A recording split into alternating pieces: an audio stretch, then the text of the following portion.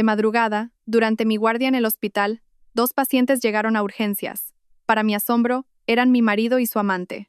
Mantuve la compostura, me aseguré de que ella pagara el precio, y aquel marido basura acabó expulsado de casa, en la más absoluta ruina. El penetrante olor a desinfectante en el quirófano parecía haberse impregnado en cada fibra de mi ser, en cada mechón de mi pelo. Por fin, la compleja cirugía de extirpación de un tumor había terminado. Al quitarme la mascarilla quirúrgica, que había dejado profundas marcas en mis mejillas, sentí un dolor agudo recorrer cada una de mis vértebras. 12 horas de pie, manteniendo una concentración máxima, me habían dejado completamente exhausta. Solo anhelaba volver a la calidez de mi hogar, hundirme en mi cama familiar y caer en un sueño profundo. Mi marido, Javier Romero, estaba de viaje de negocios en Bilbao y no volvería hasta el fin de semana. La casa se sentía un poco vacía sin él, pero después de un día tan agotador como hoy, la quietud era el lujo que más ansiaba. Arrastré mi cuerpo cansado hacia la sala de descanso. Justo cuando iba a quitarme el uniforme quirúrgico, el interfono sonó estridentemente, rompiendo el silencio. Al descolgar, escuché la voz apremiante de la enfermera de guardia de urgencias. «Doctora Valdés, necesitamos una interconsulta urgente, por favor». Una mujer embarazada ha perdido el conocimiento mientras estaba con su marido, y su estado no parece bueno. Una oleada de irritación me invadió por un instante, pero mi sentido del deber como médica la suprimió de inmediato. Con esta profesión, la línea entre el trabajo y el descanso simplemente no existía. Me puse de nuevo la bata blanca a toda prisa. Me recogí el pelo alborotado en un moño improvisado y me dirigí al ascensor. De noche, los pasillos del hospital eran desoladores y fríos, y solo el eco rítmico de mis tacones resonaba en el silencio. Otra noche sin dormir como es debido, pensé para mis adentros. Urgencias era, como siempre, un caos absoluto.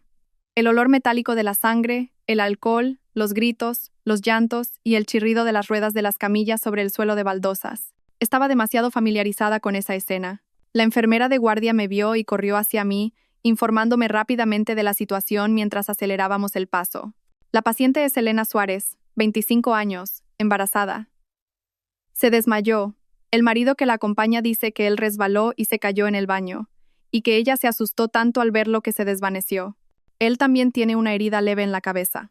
Asentí y seguí a la enfermera hacia un cubículo cerrado con una cortina. A lo lejos, vi la figura de un hombre sentado en una silla, agarrándose la cabeza. Su espalda me resultaba terriblemente familiar. Mi corazón dio un vuelco y se hundió. Mis pies se volvieron pesados como el plomo. ¿Cómo? Se supone que Javier está en Bilbao. Seguro que es solo alguien que se le parece. Intenté tranquilizarme, pero una extraña ansiedad comenzó a crecer en mi interior. En el momento en que se descorrió la cortina y la luz blanca y cruda de urgencias iluminó a las 2 personas que estaban dentro, mi mundo se derrumbó. Aquel hombre era, sin lugar a dudas, mi marido, Javier Romero. Llevaba puesto el pijama de seda gris que yo le había regalado por su cumpleaños. El mismo que me había dicho que se llevaría a su viaje de negocios. Tenía un chichón rojo en la frente, pero lo que me paralizó no fue su presencia, sino la mujer que yacía inconsciente en la camilla. Una mujer joven, de rostro angelical. Aunque pálida, era de una belleza pura, y sobre todo, destacaba su vientre visiblemente abultado. En el historial clínico colgado a los pies de la cama, 2 nombres estaban escritos con claridad. Marido, Javier Romero. Esposa, Elena Suárez. Esposos. Esa palabra se convirtió en 2 dagas afiladas que atravesaron mi corazón. Me quedé allí, clavada en el sitio. El aire a mi alrededor se volvió denso y pegajoso, hasta el punto de que me costaba respirar. Javier levantó la cabeza. Cuando nuestras miradas se cruzaron, su rostro pasó del asombro a la perplejidad y, finalmente, al pánico más absoluto. Sus labios temblaron, intentando decir algo, pero no le salió la voz. Jamás habría imaginado que la médica a la que llamaban para una interconsulta en una situación tan surrealista sería precisamente su esposa. El ruido de urgencias se desvaneció, y un silencio aterrador se apoderó del espacio entre nosotros 3. El viaje de negocios de mi marido, su amante embarazada, una interconsulta del destino, todas las piezas dispersas encajaron en un instante, completando el cuadro de la traición más vil y descarnada. En ese momento, una rabia capaz de quemarlo todo se apoderó de mí. Quería correr hacia él, gritarle, exigirle explicaciones, poner urgencias patas arriba y revelar al mundo entero la verdadera cara del hombre en quien había confiado. Apreté los puños con tanta fuerza que mis uñas se clavaron en mi piel. El dolor físico fue lo único que me ayudó a aferrarme al último hilo de razón que me quedaba. Soy médica, y esto es un hospital. Sabía mejor que nadie que montar una escena aquí solo serviría para convertirme en el hazmerreír de todo el mundo. Y la más perjudicada sería yo misma. El prestigio que había construido durante años como profesional podría desmoronarse en una sola noche. Javier, tras unos segundos paralizado, se levantó de un salto. Me miró con una mezcla de súplica y terror. Se acercó a mí y casi en un susurro con una desesperación humillante dijo: «Sofía, ¿qué haces aquí? Escúchame, por favor». Puedo explicarlo. Lo miré directamente a los ojos, y con una voz fría y carente de emoción, pero lo suficientemente baja para que solo nosotros la oyéramos, le dije: «Señor Romero, en este momento usted es el acompañante de una paciente, y yo soy la doctora. Por favor, mantenga la compostura. Ya hablaremos de otros asuntos más tarde». Cada una de mis palabras fue tan afilada como una cuchilla, haciéndole temblar. Él conocía bien mi carácter. Sabía que una vez que tomaba una decisión, nada podía hacerme cambiar de opinión. Al darse cuenta de que no iba a montar un escándalo de inmediato, su expresión se relajó un poco, aunque la ansiedad seguía presente. Retrocedió unos pasos y se quedó en un rincón, como si quisiera esconderse, incapaz de sostenerme la mirada. Me giré hacia la enfermera. Mi voz había vuelto a ser tan profesional y serena como de costumbre. «¿Cuál es el estado de la paciente? ¿Sus constantes vitales son estables?». La enfermera, un poco sorprendida por mi cambio de actitud, comenzó a informar rápidamente. Yo asentía mientras la escuchaba, y luego empecé a examinar a la mujer llamada Elena.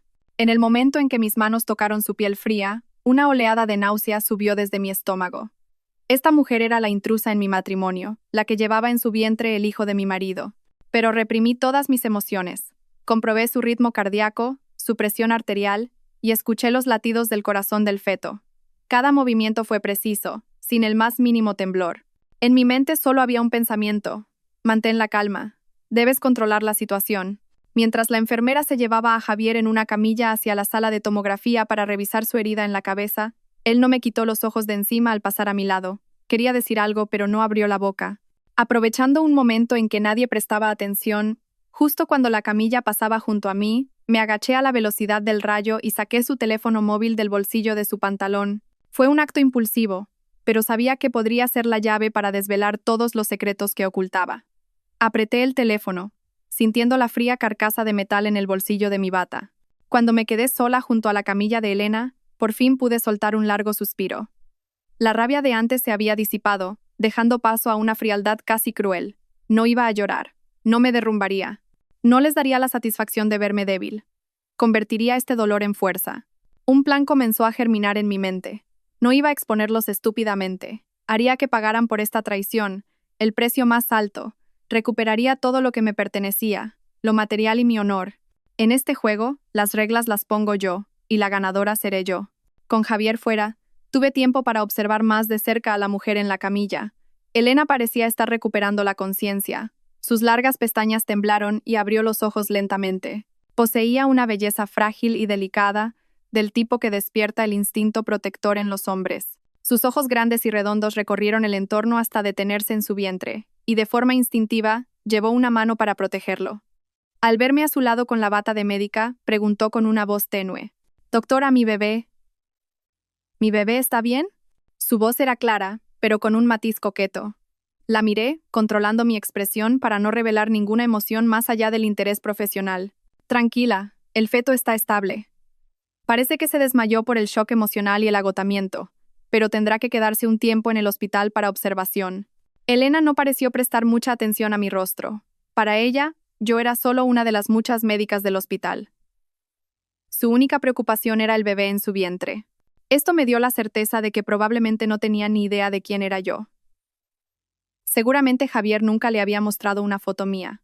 Un pensamiento audaz cruzó mi mente. Quería ponerlo a prueba. Lentamente, me bajé la mascarilla que cubría la mitad de mi cara. La miré fijamente a los ojos, esperando una reacción. Un ceño fruncido, una mirada de sorpresa, cualquier señal de que me reconocía, pero no hubo nada. Sus ojos estaban tan serenos como un lago sin ondas.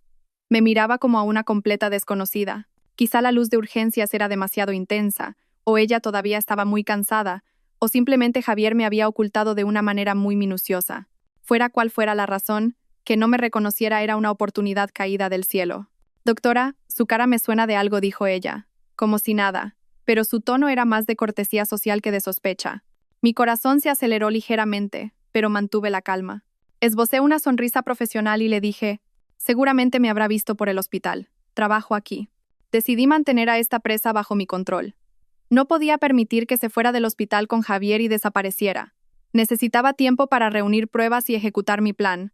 Utilizando terminología médica, comencé a explicarle los riesgos potenciales para el feto después de un shock como el que había sufrido. Le pinté un escenario en el que existía riesgo de aborto espontáneo o parto prematuro, y que sin una observación cuidadosa, la situación podría volverse grave. Aunque su estado ahora es estable, no podemos garantizar lo que pueda pasar. El estado psicológico de la madre afecta enormemente al desarrollo del feto. Ver a su marido sufrir un accidente ha sido un gran shock. Recomendamos que permanezca ingresada unos días para monitorizar su evolución. Es por la seguridad de ambos, la suya y la del bebé.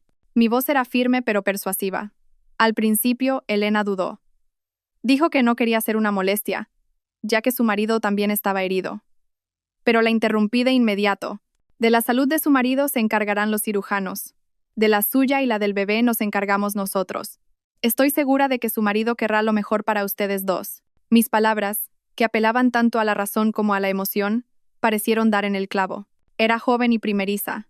La preocupación por su hijo lo eclipsaba todo. Tras un momento de vacilación, finalmente asintió. ¿De acuerdo? Entonces me pongo en sus manos. Éxito. La presa había entrado en la jaula por su propio pie. Llamé a una enfermera para que tramitara el ingreso de Elena y di instrucciones para que le asignaran una habitación en la misma planta de ginecología donde yo trabajaba. A partir de ahora, cada uno de sus movimientos estaría bajo mi control. Me subí de nuevo la mascarilla, ocultando la fría sonrisa que se dibujaba en mis labios. La función no había hecho más que empezar. Después de tramitar el ingreso de Elena, volví a la sala de descanso. La habitación estaba extrañamente silenciosa. Cerré la puerta con llave y me dejé caer en un sillón. El cansancio me golpeó de repente, pero aún no era momento de descansar.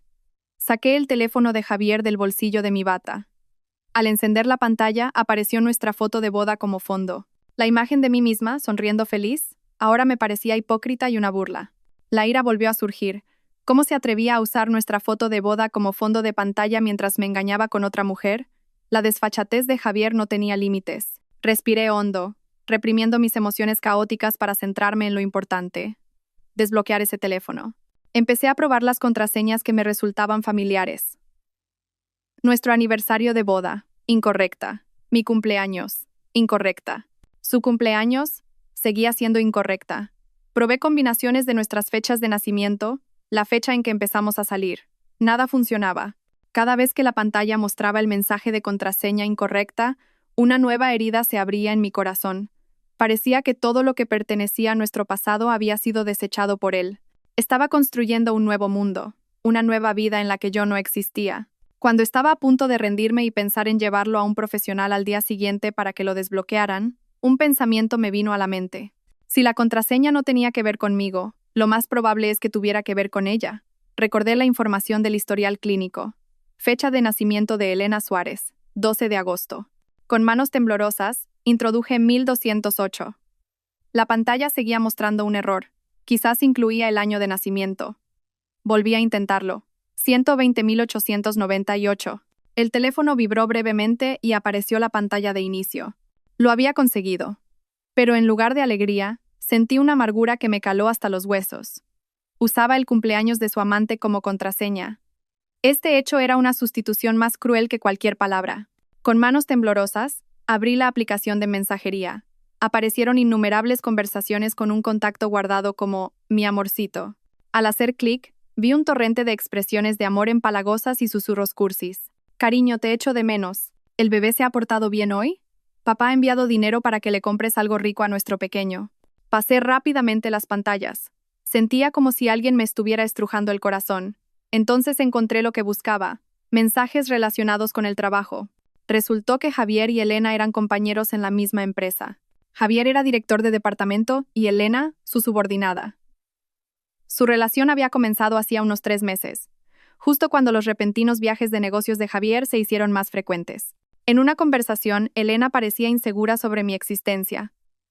Javier la tranquilizó enviándole una foto de un documento de divorcio falso. Le prometió que ya había arreglado las cosas conmigo de forma limpia y que solo no lo hacía público por su reputación. Un documento de divorcio falso. Sus mentiras estaban construidas con una precisión y un detalle escalofriantes, pero lo que más me horrorizó fue cuando abrí la aplicación del banco. El historial de transacciones mostraba que, en los últimos 3 meses, Javier le había transferido a Elena una suma total de casi 50.000 euros. 50.000 euros. Ese era el dinero que habíamos ahorrado con tanto esfuerzo durante años. El dinero con el que planeábamos comprar un pequeño terreno en la Sierra de Madrid. Él no había dudado en entregar el patrimonio común del matrimonio a su amante. Las cifras que bailaban ante mis ojos parecían burlarse de mi estupidez y mi fe ciega. El teléfono que tenía en mis manos ya no era un simple dispositivo de comunicación. Era una caja de Pandora llena de traición, engaño y una conspiración repugnante. Hice capturas de pantalla de todos los mensajes, el historial de transacciones y el falso documento de divorcio, y lo envié todo a mi dirección de correo electrónico secreta. Estas serían mis armas más afiladas en la guerra que estaba a punto de comenzar. Pasé la noche casi en vela, con miles de pensamientos arremolinándose en mi cabeza, pero, extrañamente, me sentía más lúcida que nunca. Las pruebas del teléfono de Javier habían destrozado la última ilusión que me quedaba sobre este matrimonio. Ya no había dolor ni autocompasión, solo quedaba la determinación de llevar este juego hasta el final. A primera hora de la mañana, me dirigí al hospital. Lo primero que hice fue ir al archivo de historias clínicas y solicitar todos los registros y resultados de ecografías de la paciente Elena Suárez. Como su médica tratante, mi solicitud era completamente legítima. Con el fajo de papeles en la mano, volví directamente a mi consulta y cerré la puerta. Leí cada página meticulosamente. Toda la información coincidía con lo que ya sabía. Sin embargo, mi atención se centró en un pequeño detalle en la sección de datos iniciales.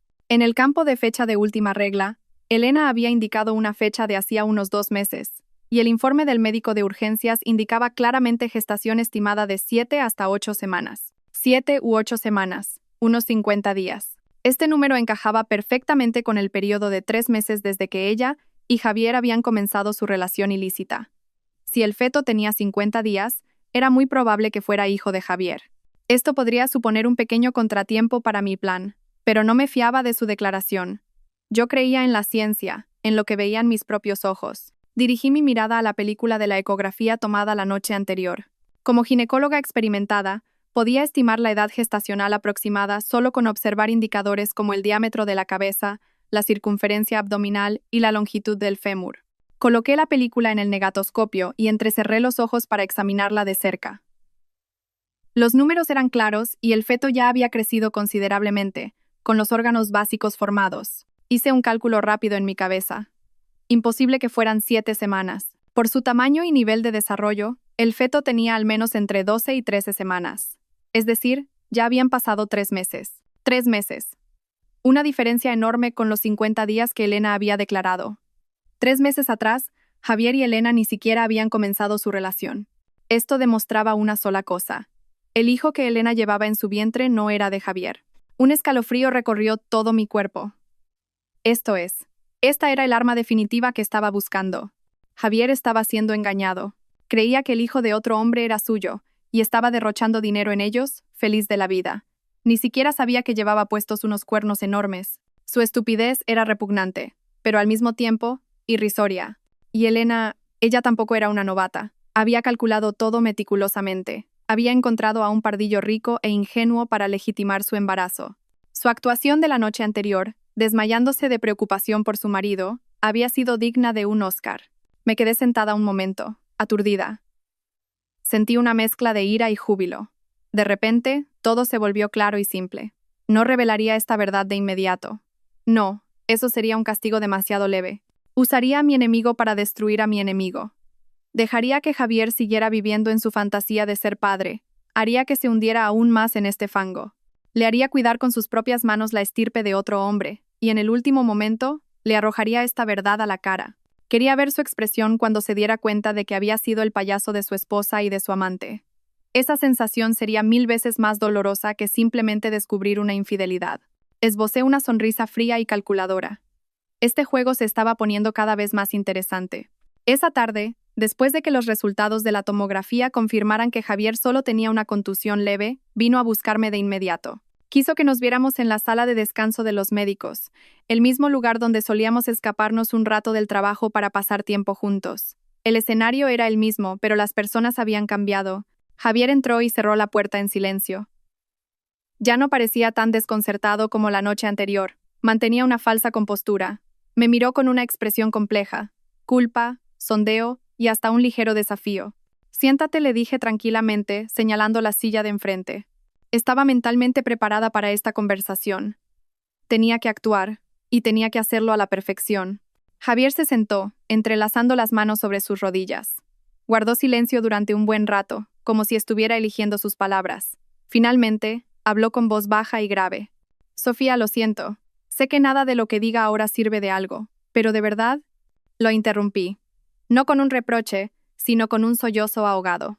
Me cubrí la cara con las manos y mis hombros empezaron a temblar. Las lágrimas, un arma que rara vez utilizaba, ahora brotaban con demasiada facilidad. Lloraba por mi matrimonio, por la confianza pisoteada y por el papel que estaba interpretando con tanto esfuerzo. Al verme llorar, Javier pareció desconcertado. Se levantó, dio unas vueltas por la habitación y luego se sentó a mi lado. Extendió la mano para consolarme, pero la retiró enseguida. No hagas esto. He sido yo el que ha hecho mal. ¿Mal? Lo dices con demasiada facilidad, sollocé, levantando la cabeza para mirarlo. Tenía los ojos enrojecidos. Me dijiste que te ibas de viaje de negocios y estabas con otra mujer. Incluso tienes un hijo con ella. Javier, ¿por quién me has tomado? ¿Crees que soy una tonta a la que puedes engañar toda la vida? Javier evitó mi mirada. Empezó con el repertorio habitual de los hombres infieles. Lejos de arrepentirse, tuvo la desfachatez de echarme la culpa a mí. Sofía, tú también tienes que entenderme. Llevamos 5 años casados y no tenemos hijos. Soy el hijo mayor. ¿Sabes la presión que recibo de mis padres, de la familia? Yo también quería ser padre. Pero tú siempre estabas centrada en tu trabajo, en el hospital. ¿Alguna vez te has preocupado de verdad por cómo me sentía? Al oír esas palabras, sentí que la sangre me hervía, pero a duras penas logré contener la ira. Tenía que mostrarme débil. Tenía que hacerle creer que había tocado mi punto débil. Bajé la cabeza y mi llanto se volvió más desgarrador. Al ver que no rebatía, se envalentonó. Creyó que había encontrado mi flaqueza. Se agachó frente a mí. Su voz se volvió suave, casi condescendiente. Ya que las cosas han llegado a este punto, tenemos que encontrar una solución. Elena es una buena persona. Es solo una víctima en todo esto. Y el niño no tiene la culpa. ¿Qué te parece si lo criamos juntos? Tú eres médica, seguro que puedes entender y querer a un niño inocente, ¿verdad? Te lo prometo. Terminaré con ella. Solo traeremos al niño. Empezaremos de nuevo. Lo querremos como si fuera nuestro. Una solución repugnante y enfermiza. Quería que yo, su esposa legal, criara al hijo de su amante. El egoísmo y la crueldad de Javier superaban mi imaginación, pero en mi rostro solo se reflejaba dolor y confusión. Negué con la cabeza y dije con voz débil: no lo sé, necesito tiempo para pensar. Esto es demasiado para mí. Mi respuesta ambigua era exactamente lo que Javier esperaba. A sus ojos, una mujer acorralada y herida por su incapacidad de tener hijos era un ser débil y fácil de doblegar. Se equivocó al pensar que yo estaba vacilando y que, con un poco más de tiempo, aceptaría dócilmente su propuesta. Soltó un suspiro de alivio, se levantó y me dio una palmadita en el hombro. Claro, tómate tu tiempo. Piénsalo bien, es la mejor solución para todos. Me dejó sola y salió de la habitación. En cuanto la puerta se cerró, mi llanto cesó al instante. Me sequé las lágrimas. Mi rostro se había vuelto frío como el hielo. La primera parte de la obra había salido según lo previsto. Javier había bajado la guardia por completo. Ni en sus sueños más locos podría imaginar que la mujer frágil que acababa de llorar frente a él estaba tendiendo una trampa mucho mayor para él y su joven amante. 3 días después, tal como estaba planeado, era el día del 60º cumpleaños de mi suegra. Cada año, Javier y yo íbamos a casa de sus padres unos días antes para ayudar con los preparativos, pero este año, un imprevisto lo había cambiado todo. Javier se excusó diciendo que un amigo estaba enfermo y que tenía que quedarse en el hospital. Por supuesto, yo tenía que cumplir mi papel de nuera devota. Mi suegra era una mujer que valoraba mucho las apariencias y me tenía en gran estima. Siempre me había considerado el orgullo de la familia, una nuera guapa, competente y atenta. Decidí explotar este sentimiento a fondo. Esta mañana pasé por el Corte Inglés y elegí una pulsera de perlas de alta gama. Su precio equivalía a mi sueldo de un mes. Este regalo no era solo para ganarme el favor de mi suegra, sino también una prueba para Javier. Cuando pasé por casa para recoger mis cosas, Javier, que acababa de volver del hospital, frunció el ceño al ver la lujosa caja de regalos sobre la mesa. ¿Por qué has comprado algo tan caro? Es el cumpleaños de mamá. Podíamos haber hecho algo más sencillo. No hacía falta tanto. Sonreí para mis adentros mientras lo miraba, pero por fuera fingí indiferencia.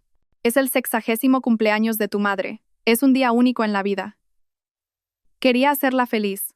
El dinero es importante, pero el gesto lo es más. ¿No crees? Al oír esto, Javier no dijo nada más. Pero su expresión de disgusto lo decía todo. Le dolía el dinero. Gastaba decenas de miles de euros en su amante sin pestañear, pero le parecía un despilfarro un regalo para su propia madre. Sabía que en su interior pensaba que ese dinero debería haberse destinado a Elena y a su hijo. Conduje sola hasta la casa de mis suegros. Su casa, situada en la Sierra de Madrid, era un lugar tranquilo y con aire puro. Mi suegra se sorprendió un poco al verme llegar sola, pero no me reprochó nada. Me cogió de la mano y me dijo con cariño: «Seguro que Javier está muy ocupado. No te preocupes. Con que vengas tú, mamá ya es feliz». La fiesta de cumpleaños fue una celebración íntima y familiar. Me metí en la cocina y preparé los platos favoritos de mi suegra, preguntándole constantemente cómo se encontraba y cuidando de ella. Mi suegra estaba encantada con el costoso regalo y no paraba de presumir de él ante los parientes. Yo mantuve una sonrisa en todo momento, desempeñando el papel de la nuera perfecta. Esa noche, después de que todos se fueran, mientras mi suegra y yo recogíamos la cocina, Javier llamó a su madre. Fingí que iba al baño y me escondí detrás de la puerta para escuchar su conversación. «Mamá, ¿lo pasaste bien en tu cumpleaños?». La voz de Javier era empalagosa. Tras unas cuantas preguntas de cortesía, fue al grano. «Mamá, por cierto, ¿recibiste el dinero de la indemnización del terreno que teníamos detrás de casa?». Mi suegra respondió: «Sí, lo recibí. Me llegó la semana pasada. ¿Por qué lo preguntas?». «Ah, no, es que…». Javier vaciló. «Necesito algo de dinero para invertir en un negocio. Mamá, si no te importa, ¿podrías prestármelo? Te lo devolveré en cuanto pueda». Mi corazón se aceleró, tal como esperaba. Necesitaba dinero para Elena. Al otro lado de la línea, oí el suspiro de mi suegra. «¿Otra inversión? El dinero de tus padres es vuestro dinero. No se va a ir a ninguna parte. Pero deberías hablarlo con tu mujer. Sofía es una chica muy sensata. No tomes decisiones por tu cuenta». «Lo sé, mamá. Pero esto es un asunto de negocios entre hombres. Y si se lo digo a Sofía, no lo entenderá. Préstamelo a mí, por favor. Te prometo que sacaré beneficios y te lo devolveré». Javier insistió. No necesité escuchar más. Con eso era suficiente. No solo me estaba engañando a mí, sino que también intentaba desviar el dinero de sus padres para mantener a su amante y al hijo de otro hombre. La desvergüenza de Javier hizo que se me cayera la última pizca de afecto que me quedaba por él. Volví a la cocina en silencio y seguí recogiendo como si nada hubiera pasado. Pero en mi mente, otro plan, aún más cruel, estaba tomando forma. La cena en casa de mis suegros fue muy agradable. Mi suegro, un hombre de pocas palabras pero de gran corazón, no paraba de ponerme comida en el plato. Mi suegra no cesaba de elogiarme. En medio de la conversación de repente me miró y suspiró. «Lleváis ya 5 años casados y vuestro trabajo está estable. ¿Hasta cuándo vais a seguir planeando? Ya es hora de tener hijos. Vuestro padre y yo nos hacemos mayores, y nuestro sueño es poder abrazar a un nieto. Aquí está». El momento que había estado esperando finalmente había llegado. Sabía que este tema saldría tarde o temprano. Al oír las palabras de mi suegra, dejé los palillos en silencio. Una ligera neblina apareció en mis ojos, que hasta entonces parecían felices. Bajé la cabeza, mis hombros temblaron ligeramente, y el ambiente en la mesa se volvió tenso al instante. Al ver mi reacción, mis suegros se alarmaron. Mi suegra dijo apresuradamente: hija, no lo he dicho con mala intención. No te preocupes». Levanté la cabeza. Mis ojos ya estaban enrojecidos y forcé una sonrisa incómoda. «No es eso, mamá. No es por eso. Es solo que…». No pude terminar la frase. Un nudo se formó en mi garganta. Todas las miradas de la familia se clavaron en mí con preocupación. No desaproveché el momento. Metí la mano en mi bolso y saqué un papel doblado en 4. Lo había preparado de antemano. Era un informe de análisis falsificado, pero muy elaborado, con el sello y la firma del hospital. Con manos temblorosas, deslicé el papel hacia mi suegra y dije con voz quebrada: «La verdad es que he estado ocultando esto. Nosotros también queremos tener un hijo, de verdad. Pero es por mi culpa. Mi salud no es buena». Mi suegra se puso rápidamente las gafas y cogió el papel para leerlo. Su rostro cambió de color. En el informe se leía claramente un diagnóstico: hiperprolactinemia causante de anovulación y posible infertilidad. Era una enfermedad real y una causa común de infertilidad femenina. Su diagnóstico y tratamiento también eran bastante complejos. Elegí esta enfermedad para dar más credibilidad a mi actuación. «Dios mío, ¿qué es esto?», exclamó mi suegra, con una voz llena de conmoción y compasión. Se volvió hacia mí. Su mirada estaba llena de pena. «¿Por qué no nos lo dijiste antes, hija mía? Pobrecita, ¿cuánto has tenido que sufrir sola?». Negué con la cabeza, dejando caer gruesas lágrimas. «No quería preocuparos. Estoy en tratamiento, pero el médico dice que llevará tiempo». Después de eso, la cena transcurrió en silencio. Nadie tenía ganas de seguir conversando alegremente. Mi suegro me sirvió más comida en el plato sin decir palabra. Era su forma silenciosa de consolarme. Mientras esta obra se desarrollaba, Javier, que no estaba presente, probablemente habría saltado de alegría al enterarse. Cuando le conté la situación por teléfono, no dijo nada. Mi actuación había logrado dos objetivos simultáneamente. Primero, toda la responsabilidad de no tener hijos recaía sobre mí. Javier quedaba completamente libre de sospecha. Él era un hombre sano, simplemente le había tocado una esposa con problemas. Segundo, y más importante, esto le daba una justificación sólida para tener un hijo fuera del matrimonio. Ahora, el hecho de que tuviera un hijo con Elena no se vería como un adulterio reprobable, sino como el deseo legítimo de un hombre que necesita continuar su linaje ante la incapacidad de su esposa para concebir.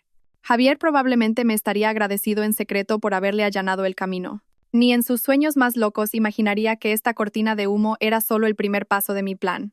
Mi falso diagnóstico haría que, más adelante, su verdadero diagnóstico de azoospermia pareciera un juicio divino, una verdad innegable de la que no podría escapar. Había conseguido que creyera firmemente que el hijo de Elena era su única esperanza. Al volver de casa de mis suegros, mi determinación era aún más sólida. Cada paso de mi plan avanzaba sin contratiempos. Javier se había tragado por completo la historia que inventé.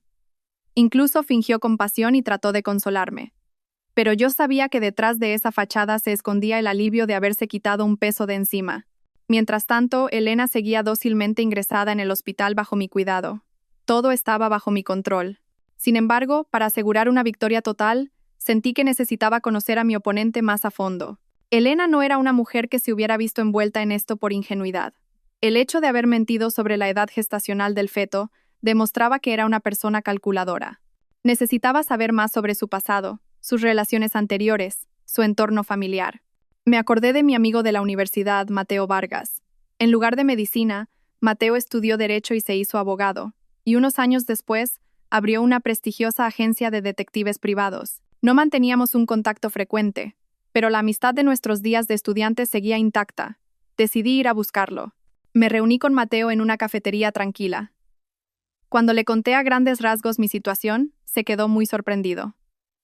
Me dio una palmada en el hombro y dijo con compasión: «Madre mía, Sofía, y yo que pensaba que tú y Javier erais la pareja perfecta. En fin, lo hecho está. ¿En qué puedo ayudarte? Necesito que investigues a una persona».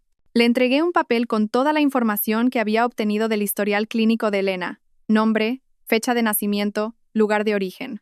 Quiero saberlo todo sobre el pasado de esta mujer. Cuanto más detallado, mejor. Mateo miró el papel y asintió con profesionalidad. Entendido. Esto no será difícil. Dame una semana.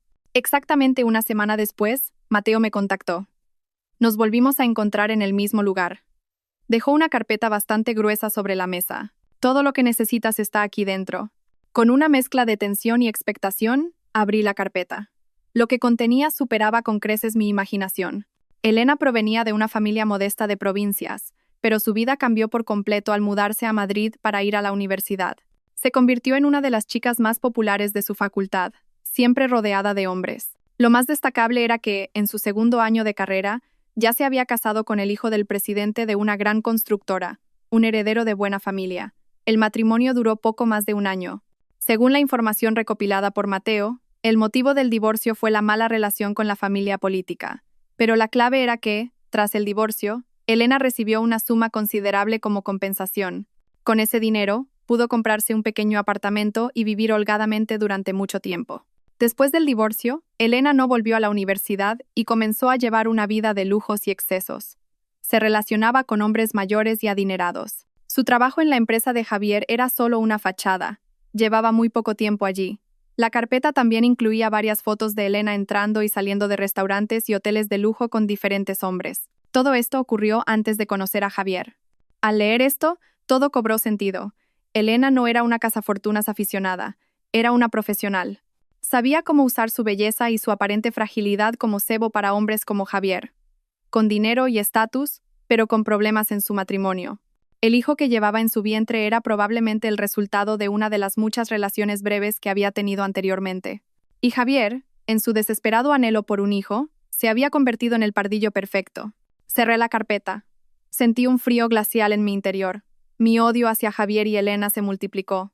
No solo me habían traicionado, sino que eran dos estafadores que se habían confabulado para arrebatarme mi patrimonio.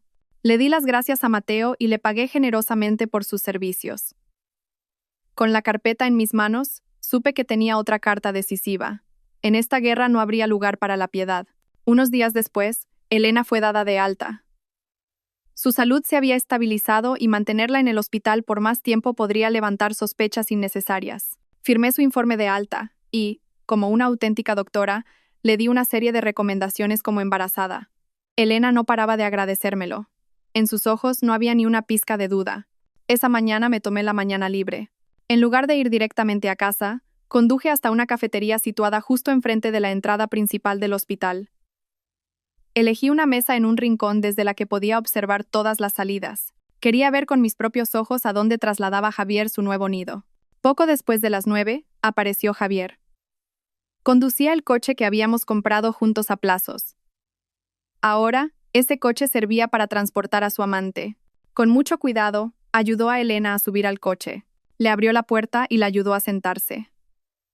Esos gestos tiernos y atentos que una vez fueron solo para mí, ver esa escena ya no me causaba dolor. Solo una risa amarga.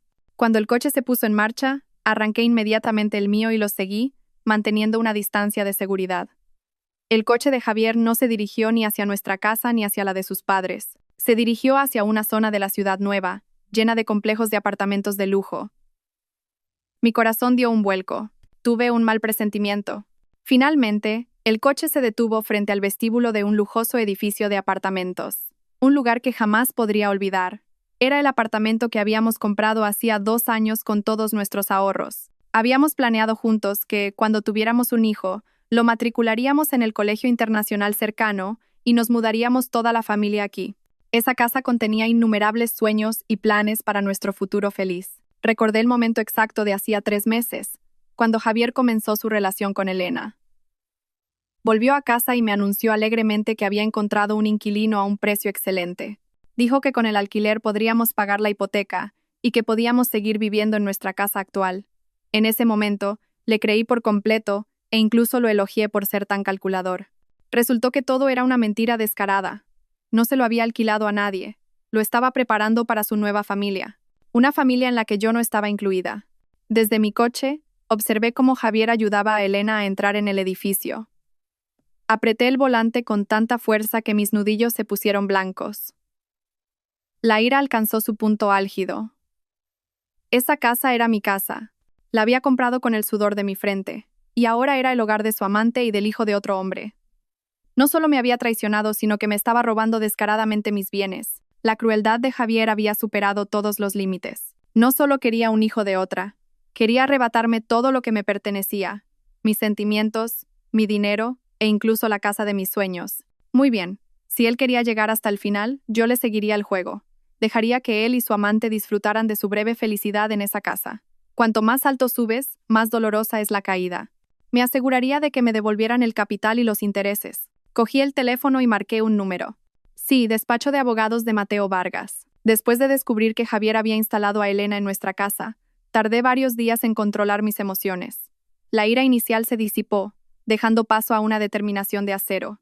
Puse en marcha la siguiente fase de mi plan: acercarme a Elena y fingir interés. Llamé a Javier. Mantuve un tono de voz frágil y resignado. Cariño, he estado pensando mucho estos días. Quizás tengas razón. El niño no tiene la culpa. Me gustaría ir a verla a ella y al bebé. Al fin y al cabo, puede que acabemos siendo una familia. Al otro lado del teléfono, Javier se mostró muy contento y sorprendido. No paró de elogiarme, llamándome una persona generosa y comprensiva. No sospechó nada. A sus ojos, Yo era una mujer que había aceptado su destino de no poder tener hijos y que intentaba salvar su matrimonio a toda costa. Me dio la dirección inmediatamente y me pidió que fuera por la tarde, después de que él saliera del trabajo. Esa tarde fui al apartamento. Javier me abrió la puerta con una sonrisa radiante. Elena estaba sentada en el sofá y, al verme, se mostró un poco incómoda y avergonzada. Yo le dediqué una sonrisa amable. Llevaba una gran cesta de fruta y algunos productos dietéticos buenos para embarazadas. Hola, Elena. Soy Sofía, dije con voz suave. He venido a ver cómo estáis tú y el bebé. No te sientas incómoda, piensa en mí como si fuera de la familia. Elena, a quien Javier ya había debido de poner al corriente, adoptó rápidamente una actitud amistosa. Hablamos principalmente sobre el embarazo y los cuidados de la salud. Puse en práctica todos mis conocimientos profesionales para darle consejos útiles, y tanto Javier como Elena quedaron impresionados y empezaron a confiar en mí. Durante la conversación, Javier dijo alegremente: últimamente, Elena tiene unos antojos muy raros. Apenas come, pero le apetece todo lo que sea muy sabroso y picante. Especialmente el hot pot tailandés. Quiere comerlo todos los días. Al oír eso, sentí una punzada. En los informes de Mateo había una información crucial. En el historial médico de Elena constaba que había tenido cálculos renales y había estado en tratamiento durante un tiempo. Las personas con antecedentes de cálculos renales deben limitar el consumo de alimentos demasiado salados o picantes, grasos y vísceras, justo los ingredientes que nunca faltan en un hot pot tailandés. Esta era una oportunidad caída del cielo. Una trampa perfecta que podía tender sin mucho esfuerzo. Miré a Elena con compasión y le dije con un tono de experta: es normal que el apetito de una embarazada cambie. Tienes que comer todo lo que te apetezca. Si comes con gusto, el bebé también estará sano. Javier, cuida bien de Elena. El embarazo es muy duro. Tienes que quererla y mimarla mucho. Y añadí a propósito: conozco un sitio de hot pot buenísimo cerca de aquí. El caldo es delicioso y los ingredientes son súper frescos. ¿Por qué no vamos un día los tres juntos? No hay nada más feliz que comer lo que te apetece durante el embarazo. Javier asintió repetidamente al escucharme, mirando a Elena con ojos llenos de amor. ¿Ves? Hasta tu cuñada lo dice. Come lo que quieras. Yo te lo compro todo. Elena estaba encantada y me veía como una cuñada comprensiva y de buen corazón. No tenía ni idea de que mis consejos, aparentemente llenos de buenas intenciones, eran en realidad un dulce veneno que la empujaba lentamente hacia la trampa que yo había cavado. Quería que sus cálculos renales reaparecieran, y tenían que reaparecer en el momento más dramático y de la forma más virulenta posible. Solo así se completaría el clímax de mi tragedia. Pasó casi un mes desde que empecé a interpretar mi papel de cuñada amable. Frecuentaba el apartamento de Javier y Elena. A veces les llevaba comida nutritiva, otras veces acompañaba a Elena a sus revisiones médicas. Nuestra relación se había vuelto muy cercana. Elena confiaba plenamente en mí y me contaba hasta sus secretos más íntimos. Javier, creyendo que lo había conseguido todo, esposa, amante y un futuro hijo, se regodeaba en su arrogancia día tras día. Mientras tanto, yo vigilaba en silencio el estado de salud de Elena. Sabía que con su consumo descontrolado de hot pot picante y salado, era solo cuestión de tiempo que las piedras en sus riñones empezaran a dar problemas. Sentí que el momento se acercaba. Era hora de eliminar los obstáculos innecesarios para la gran obra que estaba por venir. El mayor obstáculo eran mis suegros. Me querían y confiaban mucho en mí. Pero precisamente por eso, si estaban en Madrid cuando todo estallara, la situación podría tomar un rumbo que yo no podría controlar. Mi suegra me apreciaba, pero nunca toleraría que a su hijo lo trataran como a un tonto. Haría cualquier cosa para proteger a Javier y salvar el honor de la familia. No quería que ninguna variable interfiriera en mi plan. Tenía que conseguir que se ausentaran de Madrid por un tiempo con una razón lógica. Y la oportunidad se presentó. Sabía que mis suegros siempre habían soñado con viajar a las Islas Canarias, pero lo habían ido posponiendo porque les parecía un gasto excesivo. Un fin de semana por la tarde llamé a mis suegros. Después de preguntarles cómo estaban, les dije con voz alegre: papá, mamá, he ganado un bono de viaje para 2 personas a Tenerife en un sorteo de la empresa. Es un paquete completo de 5 días y 4 noches en un hotel de 5 estrellas. Pero Javier y yo estamos demasiado ocupados últimamente y no podemos ir. No es reembolsable y me da mucha pena que se pierda. ¿Qué os parecería ir vosotros en nuestro lugar? Tomadlo como un regalo de nuestra parte. Por supuesto, era mentira. Había reservado el viaje con mi propio dinero. Pero era una mentira muy dulce. Al otro lado del teléfono, mis suegros no cabían en sí de la alegría. Al principio se negaron, diciendo que era un desperdicio de dinero, pero los convencí con todo tipo de argumentos. Les dije que me daría mucha pena que el bono se cancelara si ellos no iban. Finalmente aceptaron. Qué buena nuera tenemos. Debimos de salvar al país en una vida pasada para merecer una nuera como tú, dijo mi suegra, con la voz embargada por la emoción. Sonreí. La imagen de la nuera devota que soporta en silencio la traición de su marido y cuida de sus suegros se había consolidado aún más. Cuando volvieran de su viaje, confiarían aún más en mí y se pondrían de mi lado incondicionalmente. Este viaje no solo eliminaba un obstáculo, sino que también era una inversión emocional muy inteligente. Todos los preparativos estaban listos. Ahora solo quedaba esperar a que el último pez picara el anzuelo. Tal como esperaba sucedió. Aproximadamente un mes después de que mis suegros se subieran felices a su avión rumbo a Tenerife, una noche de fin de semana, mientras yo estaba de guardia en el hospital, mi teléfono personal, y no el de Javier que aún guardaba, sonó en mi bolsillo. Era el número de Javier. Mi corazón dio un vuelco. Intuí que el momento había llegado. Diga, contesté, fingiendo una voz somnolienta. Sofía, Sofía, ayúdame. La voz de Javier al otro lado sonaba aterrorizada. Elena. A Elena le duele muchísimo la barriga. Está pálida como un fantasma. Me incorporé de un salto. Mi mente estaba fría como el hielo, pero mi voz estaba llena de preocupación y urgencia. ¿Dónde le duele? ¿Cómo es el dolor? Cálmate y explícamelo con detalle. Le duele la espalda como si se la partieran, y el dolor le baja hasta el vientre. Le viene en oleadas, y está sudando a mares. Tengo mucho miedo, Sofía. ¿Y si es un aborto? Javier apenas podía hablar jadeando. En mi cabeza ya tenía un diagnóstico provisional. Un cólico nefrítico de libro. Mi trampa gastronómica finalmente había surtido efecto. Conteniendo la euforia para que no me temblara la voz, le dije: No te asustes, trae a Elena a urgencias ahora mismo. Rápido. Avisaré en urgencias para que estén preparados. Colgué e inmediatamente llamé a urgencias para informarles de que llegaría un caso de una embarazada de 4 meses con sospecha de cólico ureteral. Luego, me senté tranquilamente en la sala de guardia a esperar. Todo se desarrollaba con la precisión de una obra de teatro meticulosamente dirigida. Unos 30 minutos después, Javier llegó al hospital con Elena. Ella yacía en una camilla, con el rostro pálido de dolor. Javier, con la cara descompuesta, corría de un lado a otro sin saber qué hacer. Después de que los médicos de urgencias realizaran las pruebas y ecografías necesarias, los resultados confirmaron mi diagnóstico. Elena tenía un cólico ureteral agudo. Un cálculo bastante grande estaba obstruyendo el uréter cerca de la vejiga, causando una hidronefrosis, es decir, una acumulación de orina en el riñón. A la mañana siguiente, justo cuando terminaba mi guardia, Javier vino a buscarme con el rostro demacrado y unas ojeras profundas. Me llevó a un rincón tranquilo del pasillo y me dijo con voz desesperada: Sofía, el médico dice que el estado de Elena es grave, que hay que operarla para sacar la piedra. Si no, su riñón podría estar en peligro, pero me da miedo que la operación afecte a mi hijo. Tú eres ginecóloga. ¿No hay otra forma?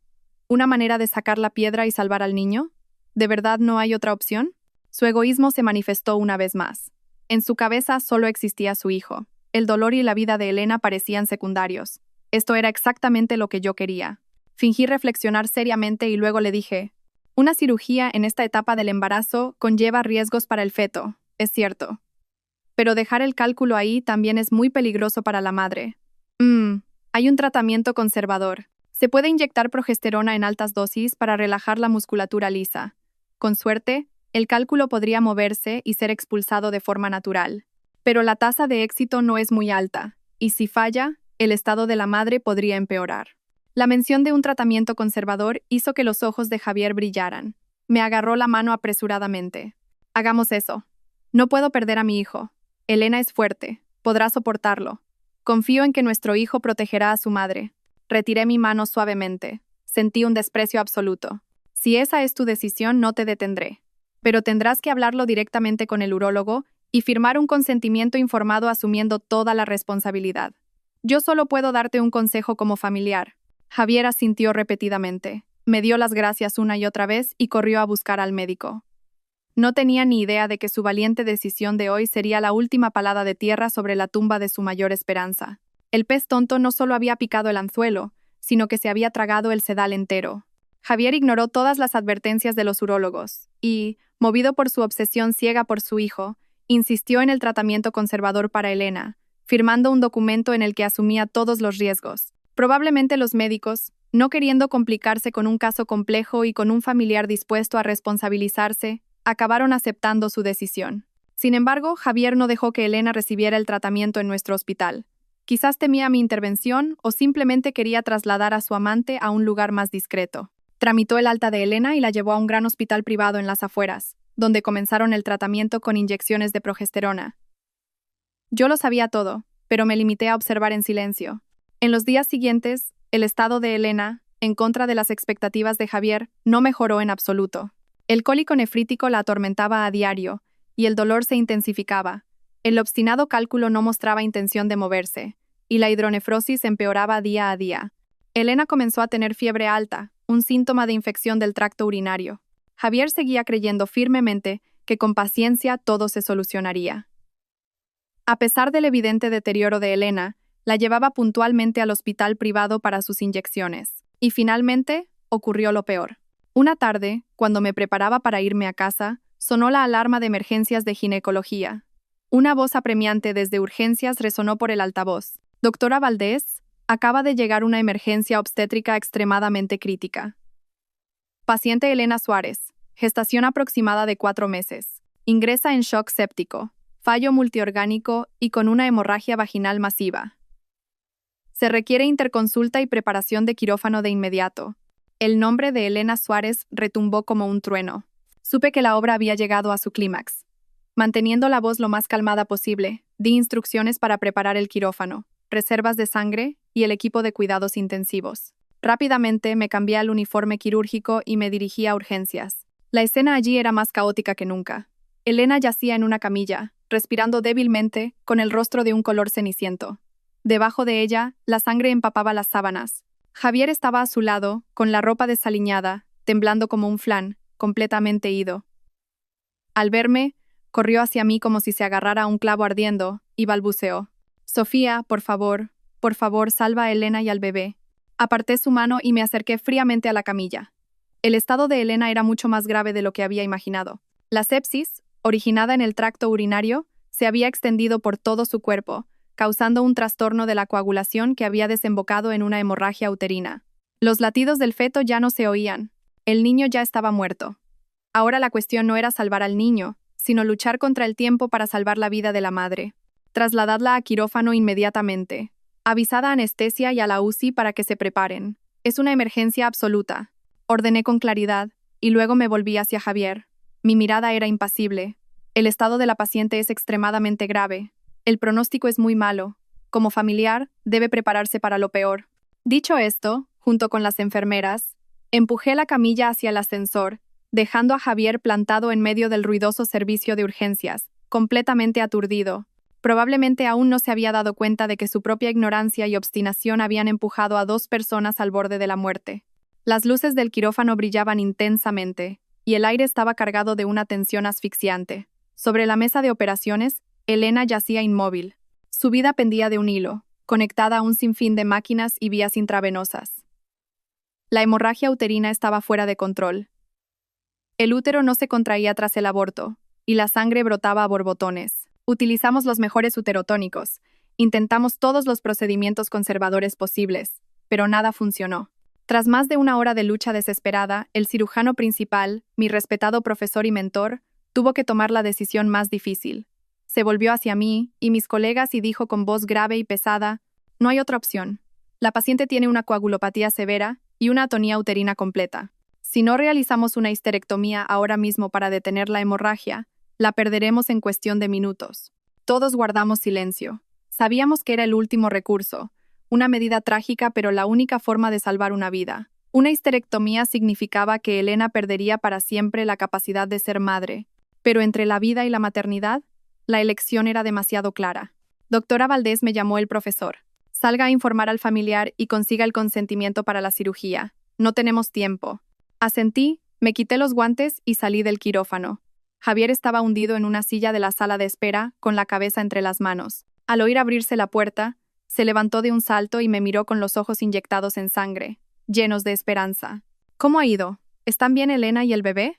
Lo miré directamente a los ojos y, con una voz tan fría y clara como si leyera un informe médico, le dije: «No hemos podido salvar al niño.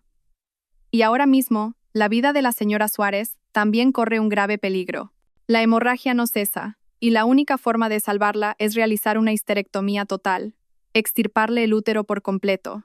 Cada una de mis palabras fue como un martillazo en la cabeza de Javier. Se quedó horrorizado y negó con la cabeza frenéticamente. No, no puede ser. ¿Una histerectomía? ¿Por qué hay que llegar a eso? Sois médicos. Tiene que haber otra forma. No hay otra forma, sentencié con firmeza. Es la decisión de todo el equipo médico. Necesitamos que firme el consentimiento para la cirugía de inmediato. Cada segundo que tarda, la está empujando más cerca de la muerte.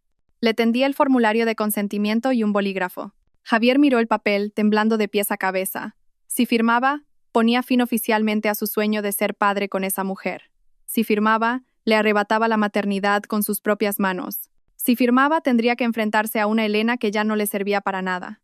Pero si no firmaba, se convertiría en un asesino indirecto y tendría que enfrentarse a la justicia.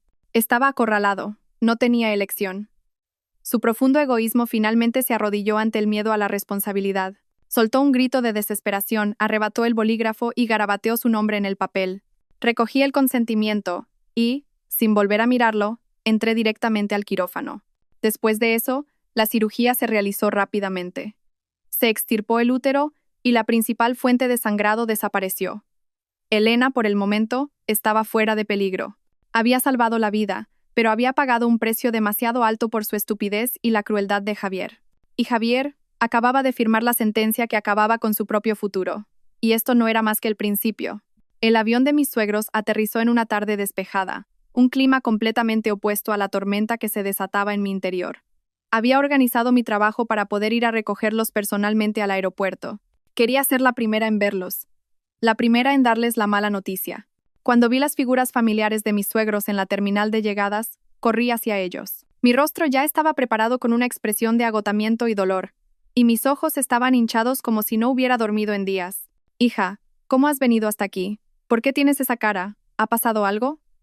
Mi suegra, tras la alegría inicial, notó inmediatamente que algo iba mal.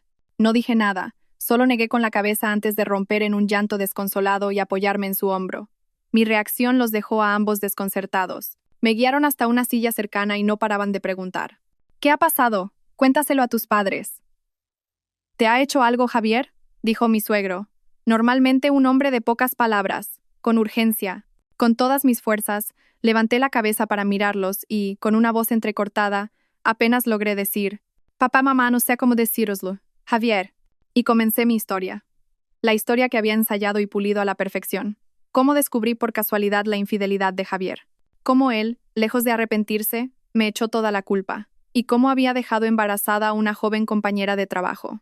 Llorando, les conté lo mucho que había sufrido. Cómo quise dejarlo todo, pero aguanté en silencio por ellos y por la familia.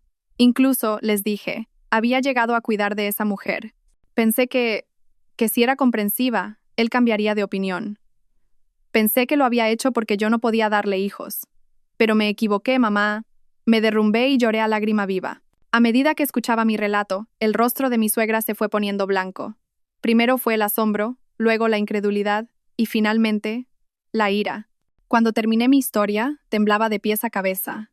Ella valoraba enormemente el honor de la familia y me quería profundamente. Que su hijo del alma hubiera cometido una bajeza semejante era una humillación intolerable. «¡Ese miserable! ¡Que le caiga un rayo!», gritó rechinando los dientes. Sus ojos ardían de furia. ¿Hacerle esto a mi nuera? Teniendo una nuera tan buena como tú, ¿se va con una zorra cualquiera? Me agarró la mano con fuerza. «No llores más. Mamá está aquí. Mamá te hará justicia. Dime dónde están esa zorra y Javier». Solo dando respondí: «Están en el hospital. La mujer tuvo un aborto hace poco y la operaron». «Bien hecho. El karma. Vamos a ese hospital ahora mismo. Quiero ver con mis propios ojos qué clase de mujer se atreve a destrozar una familia. Y a mi hijo, a ese desgraciado, tengo que ponerlo en su sitio». Mi suegra se levantó de un salto. Estaba furiosa. Supe que su ira se había encendido exactamente como yo quería. Ella sería la lanza más afilada que abriría el camino para el acto final de mi obra. Asentí, me sequé rápidamente las lágrimas y los acompañé al coche. El coche se lanzó a toda velocidad hacia el hospital, donde una verdadera tormenta estaba a punto de desatarse. Llegamos al hospital a la hora de la visita de la tarde. El pasillo de la planta de ginecología estaba lleno de gente. Guié a mis suegros directamente a la habitación donde Elena se recuperaba. Javier estaba dentro, pelándole una manzana. «Javier Romero», La voz de acero de mi suegra hizo que Javier diera un respingo.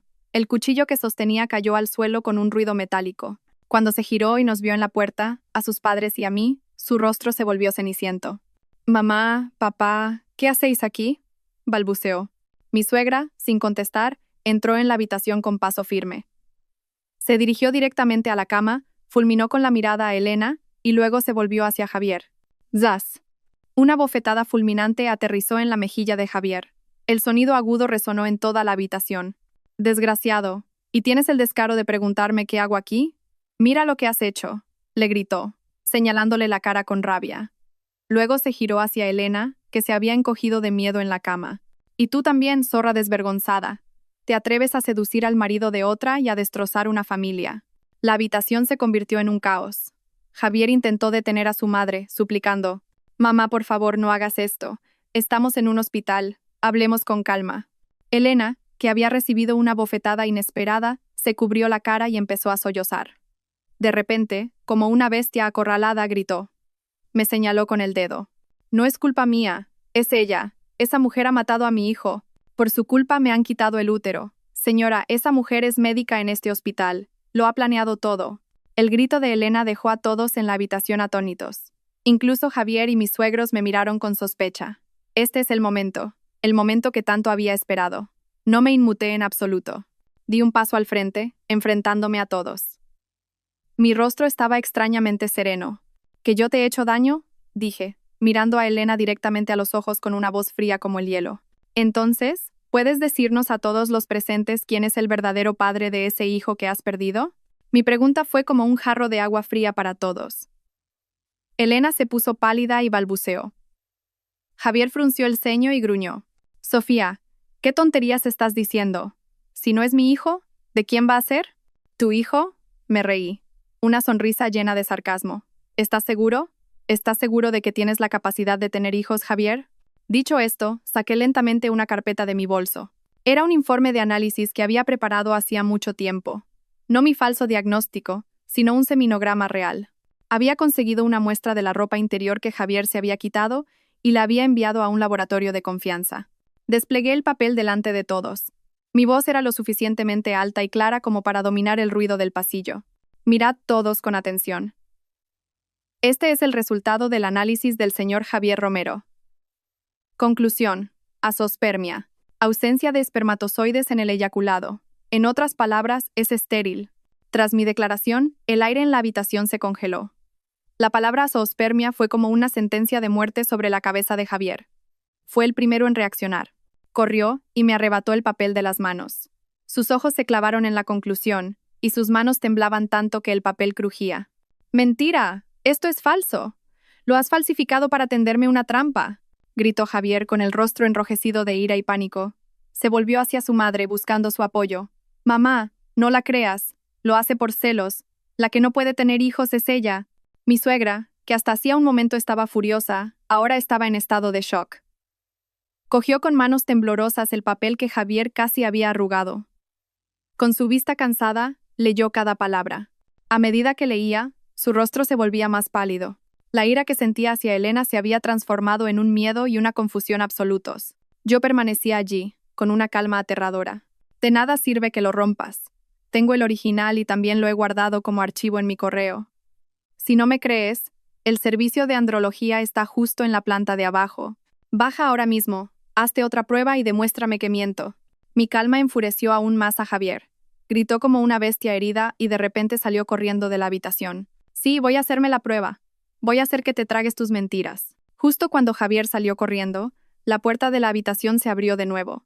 Pero esta vez no era una enfermera ni un médico. Era un joven de aspecto arrogante, vestido con ropa de marca cara y el pelo engominado. Lo reconocí. Era el heredero de buena familia que Mateo había investigado, el exmarido de Elena. Elena, al ver al hombre, se puso aún más pálida. Balbuceó. «Adrián, ¿qué haces aquí?». El hombre, Adrián de la Fuente, ni siquiera la miró.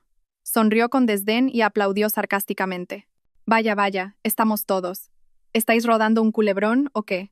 Recorrió con la mirada desde mis suegros hasta a mí, y luego fijó su vista en el vientre plano de Elena. «Oigo que el problemilla que tenías en la barriga ha desaparecido. ¡Qué bien! Una preocupación menos para mí».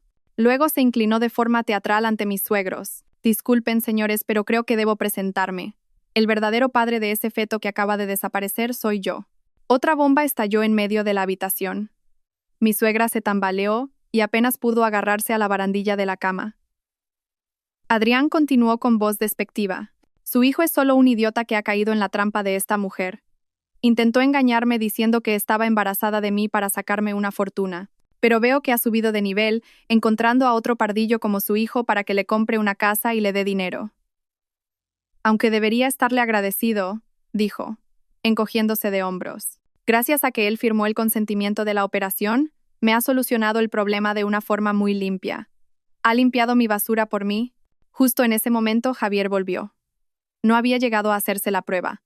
Probablemente se había dado cuenta a medio camino de lo estúpido de su comportamiento. Entró en la habitación justo a tiempo para escuchar la última frase. Esas palabras fueron como una daga en su masculinidad. Estéril, engañado cuidando al hijo de otro hombre. El hazmerreír del mundo. Todas las crueles verdades se abalanzaron sobre él a la vez, destrozando su cordura. Sus ojos se inyectaron en sangre. Ya no era ira. Era la locura de un hombre que lo ha perdido todo. Sin decir palabra, se abalanzó hacia la cama. Antes de que nadie pudiera reaccionar, agarró a Elena por el pelo y la golpeó sin piedad. «Estafadora de mierda, ¿te atreviste a engañarme? Te voy a matar», gritó, en un alarido de dolor y rabia. La habitación se sumió en el caos absoluto. Los gritos de Elena, los intentos de mi suegro por detenerlo, los insultos de Adrián. Y finalmente, el sonido de mi suegra desmayándose y cayendo al suelo. El telón del último acto había caído. Los guardias de seguridad del hospital fueron llamados de inmediato para controlar la situación. Mientras dos hombres corpulentos se llevaban a Javier, él no paraba de gritar insultos. Elena, con el pelo revuelto y la cara hinchada, lloraba desconsoladamente en la cama. Mi suegra fue atendida por las enfermeras y trasladada a una habitación contigua. En medio del caos, solo quedamos mi suegro, Adrián y yo. Mi suegro parecía haber envejecido 10 años en un instante. Se dejó caer en una silla y suspiró profundamente. Cuando la situación se calmó un poco, me acerqué a la cama de Elena. Al verme, se encogió con una mezcla de odio y miedo. Me incliné y le susurré al oído, para que solo nosotros dos pudiéramos oírlo. «¿Qué tal? ¿Ahora ves su verdadera cara? ¿Crees que te quería a ti, o solo al hijo que llevabas en el vientre, su herramienta para continuar su linaje? En cuanto el niño desapareció, no dudó en pegarte. Quien te ha dejado en este estado no he sido yo, ha sido él». Mis palabras fueron el detonante que canalizó todo el dolor y la ira de Elena. Era cierto. Javier había ignorado su sufrimiento, había elegido ciegamente un tratamiento peligroso, y ahora la había agredido brutalmente.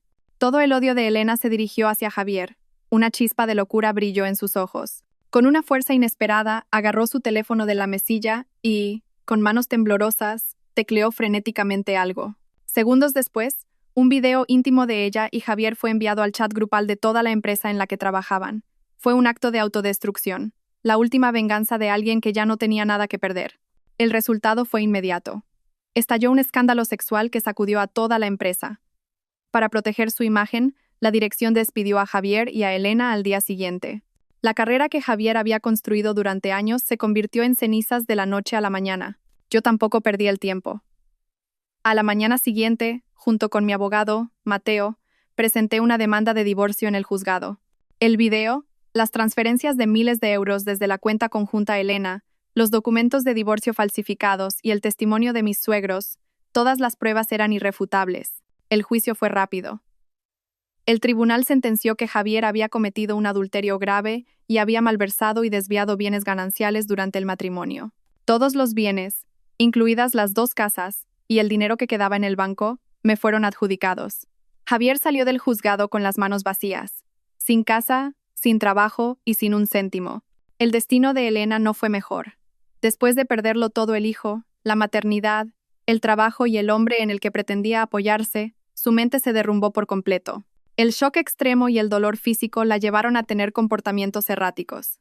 Lloraba, reía, decía incoherencias. Finalmente, su familia tuvo que ingresarla en un hospital psiquiátrico. Los 2 amantes finalmente pagaron el precio correspondiente a sus pecados. Cuando terminó el juicio, sentí como si me hubiera quitado un peso enorme que me había oprimido los hombros durante meses.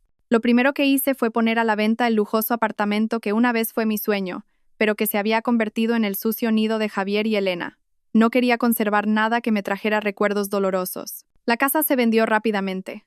Di una parte del dinero a mis padres e invertí el resto en fondos seguros. Mi vida empezó a recuperar lentamente su rumbo.